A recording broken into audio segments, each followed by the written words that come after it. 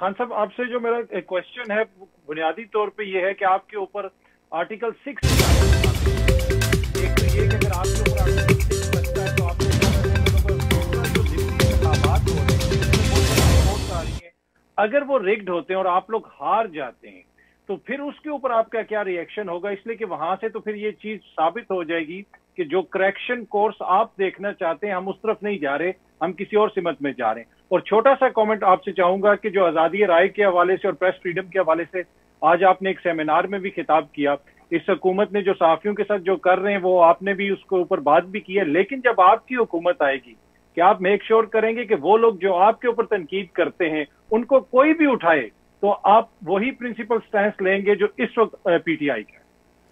Okay, 3 सवाल। पहला article 6 अगर मेरे ऊपर लगता है इससे ज़्यादा मजाक हो ही नहीं सकता कि एक हुकूमत को वाज़े तौर पे एक बैरून मुल्क एक रजीम चेंज साजिश के ज़रिए हटाया जाता है।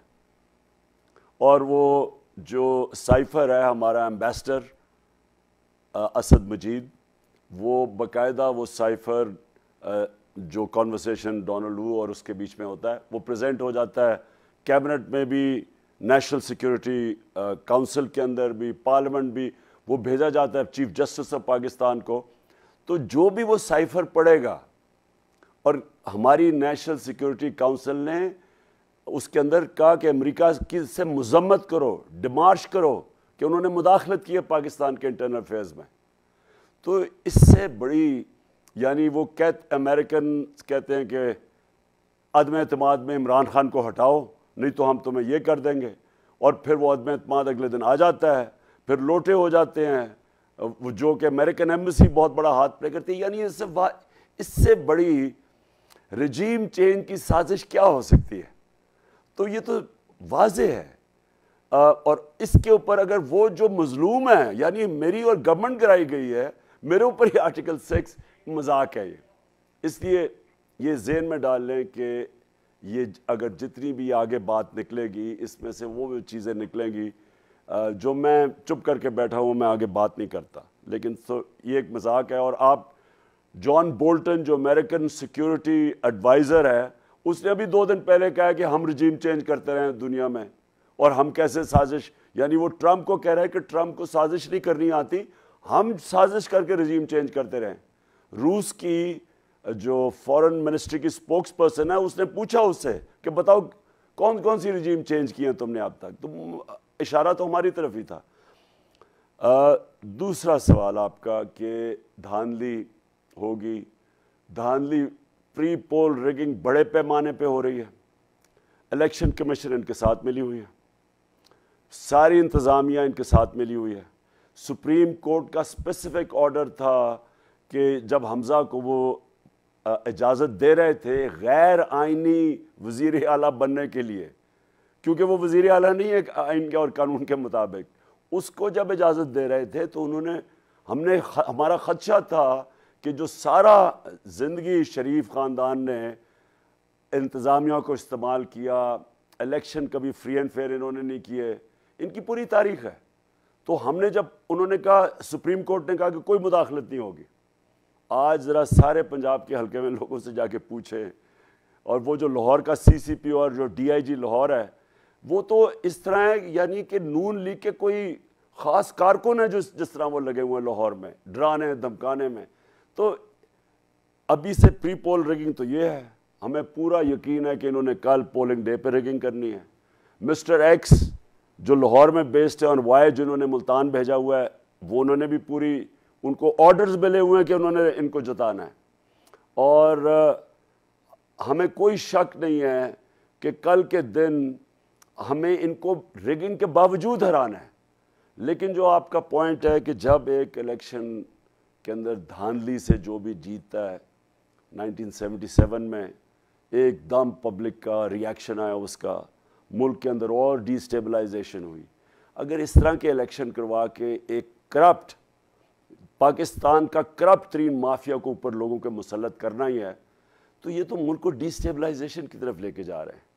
इसका मतलब ये है कि जो हमारी इकॉनमी है वो रिकवरी नहीं कर सकती। کیونکہ اکنامک سٹیبلٹی کے لیے پولیٹیکل سٹیبلٹی چاہیے. تو جب یہ 2 نمبر الیکشن کروائے جائیں گے تو یہ تو سیدھا سیدھا فیڈ کرے گا اکنامک انسٹیبلٹی پہ. اور کیا ہمارا ملک جو بلومبرگ کہتی ہے کہ 4تھے نمبر پہ ہے, جو ملک ڈیفالٹ کرنے جا رہا ہے, اپنی لائبلٹیز نہیں میٹ کرے گا, جو سری لنکا کا حال ہے, ہم 4تھے نمبر پہ ہیں اس وقت. تو اگر پولیٹیکل انسٹیبلٹی رہے گی تو یہ اکانومی تو اور نیچے چلی جائے گی. تو یہ تو بہت بڑا ظلم کریں گے پاکستان سے کہ اگر اس طرح کے الیکشن کروائیں. اور آپ کی آخری جو تیسری کہ فریڈم آف ایکسپریشن, دیکھیں فریڈم آف ایکسپریشن سے ڈرتا کون ہے؟ میں اگر ملٹری ڈکٹیٹر ہوں, میں غیر آئینی قانونی چیز کر رہا ہوں, میں چاہوں گا کہ میڈیا میرے کنٹرول میں ہو. ہر ملٹری ڈکٹیٹر نے کوشش کی ہے میڈیا کنٹرول کرنے کی, اور پہلے 2 ڈکٹیٹرز میں بالکل کنٹرول تھا, ایوب خان اور ضیاء الحق کے زمانے میں. جنرل مشرف نے چھوٹ دی تھی میڈیا کو, کیونکہ شروع میں جنرل مشرف پاپولر تھے, کیونکہ لوگ تنگ آئے ہوئے تھے ان 2 پارٹیز کی کرپشن, جو 2 دفعہ ان کی حکومتیں کرپشن پہ گئی تھی. دونوں زرداری اور نواز دونوں چوری پہ لگے ہوئے تھے, تو لوگ چینج چاہ رہے تھے. مشرف تو شروع میں لوگوں نے اس کو ویلکم کیا. تو لیکن جب وہ لائرز موومنٹ یا جو آزاد عدلیہ کی موومنٹ چلی تو تب جنرل مشرف نے بھی میڈیا کلیمپ ڈاؤن کیا, کیونکہ وہ غیر آئینی. آپ جب ایک ڈکٹیٹر ڈیموکریٹ بننے کی کوشش کرتا ہے تو ادارے تباہ کر کے کرتا ہے. تو اس لیے ملٹری ڈکٹیٹرز کو ہمیشہ میڈیا کنٹرول کرتے ہیں. اور دوسرا, اگر میں چوری کر رہا ہوں, میں کرپشن کر رہا ہوں, میں بشک ڈیموکریٹ ہوں, تو میرے لیے مجبوری 2 چیزوں کو کنٹرول کرنا ہوگا, عدلیہ کو اور میڈیا کو. میں میڈیا کو پیسے کھلاؤں گا, میں عدلیہ کو پیسے کھلاؤں گا, یا پھر میں ان کے اوپر سختی کروں گا. اور آپ کو پتہ ہے یہاں ملک کی تاریخ کہ لفافے کدھر سے شروع ہوئے, نواز شریف نے شروع کیے. اس سے پہلے لفافہ جرنلزم نہیں تھی. پھر اس نے پھینٹا بھی لگوایا, نوجم سیٹھی کو مار پڑوائی جب دوسرا دور تھا اس کا, جب اس نے اس کی کرپشن سامنے لے کے آئے. سپریم کورٹ کے اوپر حملہ کیا, بریف کیس چلائے. وہ جو تارڑ تھا جو پریزیڈنٹ بعد میں بنا تھا, اس نے بریف کیس دے کے ججز کو خریدا. تو جو کرپٹ آصف زرداری اور نواز شریف جیسے کرپٹ لوگ ہوتے ہیں, ان کو میڈیا کنٹرول کرنا پڑتا ہے, کیونکہ یہ میڈیا ان کی کرپشن کو بچانے یا ان کو پیسے کھلاتے ہیں, رشوت دیتے ہیں, یا کنٹرول کرتے ہیں. میرے 3.5 سال میں مجھے بتائیں جتنی تنقید میرے پر ہوئی, کیا میں نے ایک دفعہ کوشش کی کسی کو میڈیا کو کنٹرول کرنے کی, یا رشوت دینے کی, یا عدلیہ کو رشوت دینے کی, یا کنٹرول کرنے کی؟ میرا ایک دفعہ بتا دیں. اور جو میں سمجھتا ہوں کہ اگر صحیح ڈیموکریٹک گورنمنٹ اس ملک میں تھی, وہ ہماری تھی 3.5 سال. نہ ہم نے کسی ادارے میں مداخلت کی, نیب اپنا کام کر رہا تھا. نیب کے سارے کیسز ہی ہمارے دور کے پہلے بنے ہوئے تھے. صرف FIA کے شہباز کے وہ مقصود چپڑاسی کے کیس ہمارے دور پہ بنے ہیں, باقی تو پورا ہم نے روکا کسی کو نہیں. نیب نے سب سے زیادہ پیسہ ہمارے دور میں ریکور کیا, 480 ارب روپیہ کیا, جب 18 سالوں میں انہوں نے 280 ارب ڈالر ریکور کیا 18 سالوں میں. ہمارے 3.5 سال میں 480 ارب روپیہ ملک کا ریکور کیا. ہم نے اس کو بھی فنکشن کرنے دیا. کوئی مجھے بتائے پولیس کے کیسز, میرے اوپر اس وقت 16 FIR ہیں, کوئی بتائے کہ ہم نے کسی مخالف کے اوپر FIR کاٹی ہو. سندھ کے اندر انہوں نے ہمارے لوگوں پہ FIR کاٹی ہیں. اس الیکشن کے اندر ہی سب کے اوپر الیکشن FIR کاٹی ہوئی ہیں. وہ علی امین کو روک دیا پنجاب میں آنے سے. لانگ مارچ جب انہوں نے 3 لانگ مارچ کی بتائے, ایک ہم نے روکا, ایک کنٹینر لگایا ہو, ہم نے ان کی کئی شیلنگ کی ہو. ہماری لانگ مارچ ہوئی تھی اس کے اوپر جو انہوں نے بے شرمی سے, بے دردی سے جو عورتوں بچوں پہ شیلنگ کی, سب پہ FIR کاٹی, مارا بھی ہمیں FIR بھی. تو جو ڈیموکریٹک حکومت تھی وہ ہماری تھی. یہ سب نام لیتے ہیں ڈیموکریسی کا, لیکن اصل میں کلیپٹوکریسی ہے. اور یہی انہوں نے آتے ساتھ ہی ثابت کیا کہ 1100 ارب روپے کے اپنے کرپشن کے کیسز معاف کروانے کی کوشش کر رہے ہیں.